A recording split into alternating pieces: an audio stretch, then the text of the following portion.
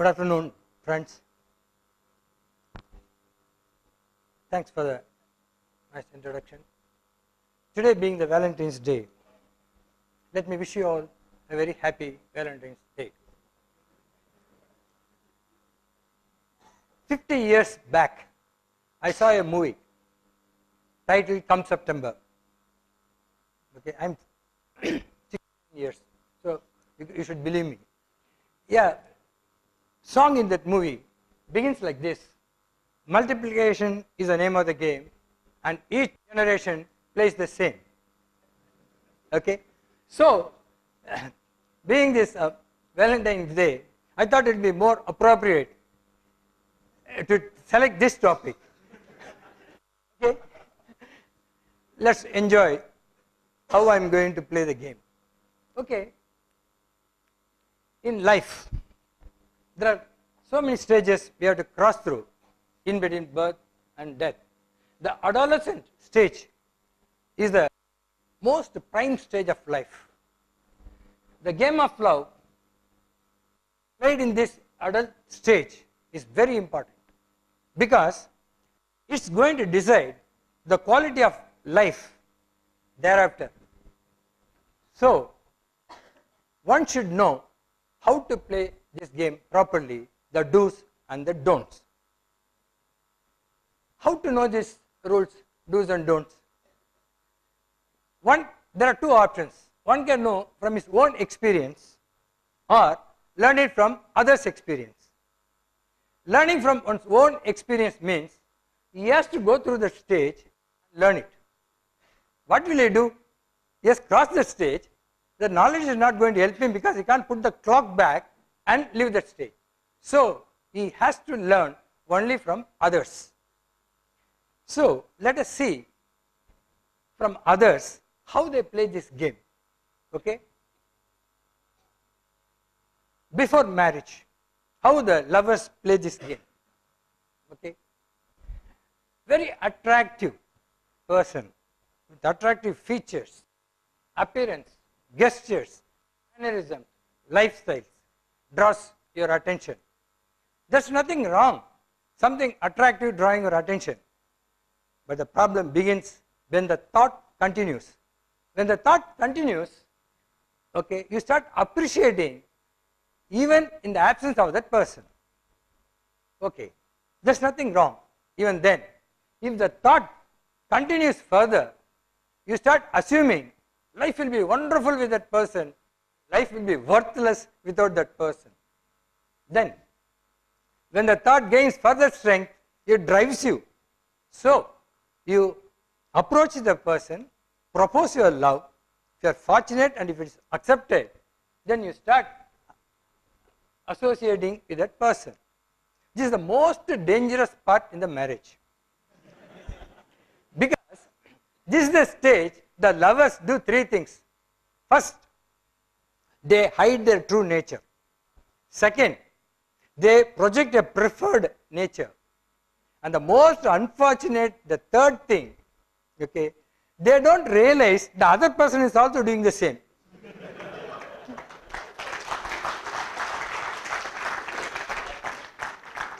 Okay, with a very little time available to win over the person and strengthen the relationship, they wear this mask. Okay, the love matures into marriage. Then, what happens? The true nature comes out automatically. Likes and dislikes, preference and priorities, degree of domination, experience are enforced. Okay, it is not that the spouse has changed. The mask has fallen off. Okay, so greater the disappointment, sooner the friction, fight, punishing, and at the end, separation. This is how the lovers play the game. Let us see how the couples play the game. Okay, here every individual has got positive point and negative point. Okay, everyone.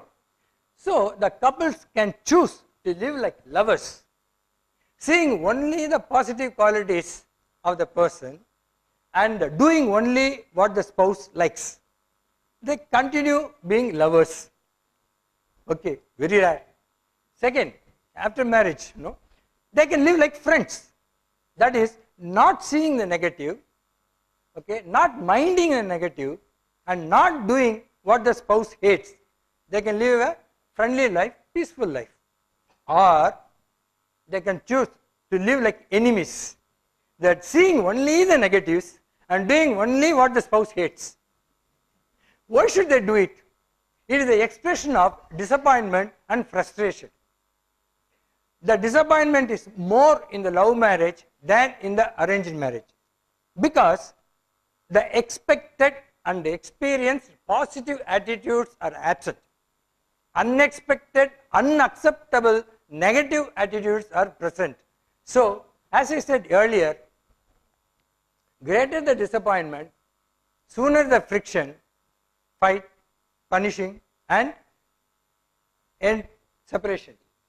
Okay, let us see one thing. We are all familiar with this word, know your customer. All the service organizations, they collect the very information about you. But this game of love, being a double, you must know your partner. Without knowing your partner, how can you play this game? Only one important thing is, marriage is not just union of two people. It is the union of two families, two traditions, two upbringings, two aspirations, etc. See now, a girl who has been brought up in the most affluent way, she loves shopping. She spends 1,000 rupees as 100 rupees. And if she is married to a guy who came up hard in his life and a very humble upbringing and sees 100 rupees as 1,000 rupees, what will happen after the marriage? Now, the necessity versus luxury is a conflict.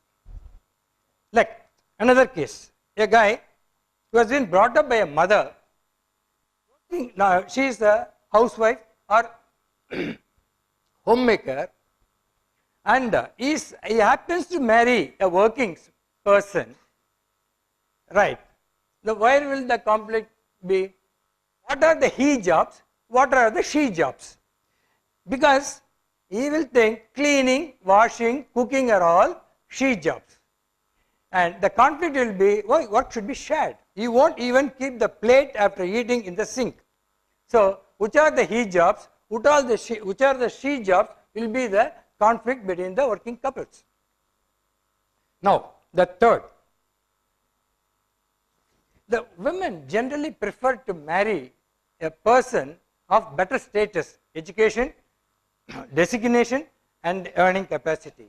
But it is quite opposite to the men. Men wouldn't prefer to marry a spouse of better status, but they would like to marry a rich girl. Okay. But what happens in the working couple, after the marriage, the growth opportunity varies. Okay, if the spouse should be better off in few years, the conflict will be the ego fight. I can give an example. A doctor wife and engineer husband, okay, if they should be married, okay, sorry, after marriage only doctor husband. Okay. After 10 years, the growth of the doctor in the society, financially and social wise, they are far higher than the growth of an engineer. I am warning. Okay.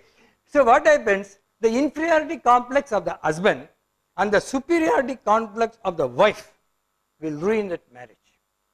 So, one thing to understand, it's not just knowing, knowing is to understand.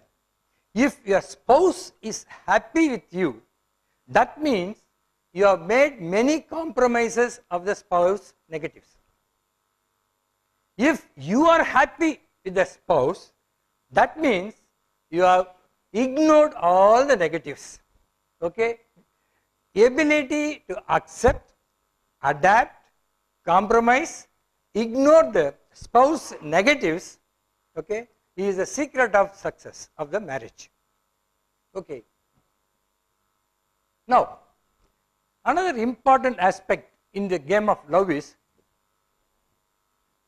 communication. Communication can be direct or implied. Husband ringing up his wife, telling, my friend from Bombay has come. Please keep the dinner ready. They are friendly couples, no? Evening he comes home, the dinner is ready. Fine. Next scenario. Husband rings up his wife, telling, my Delhi friend has come. That's all he said. He comes home with his friend. Wife is well dressed and ready to go out. He's surprised. What happened? What about dinner? Didn't I say that my friend from Delhi has come? Yes, you said. Last time when the friend from Delhi came, you all went out for dinner. So I thought today is holiday for cooking. Well, let's go out for dinner. So what went wrong? The communication gap. What you wanted to say, what you have said, and what has been heard and what has been understood. So one must be very careful in communication.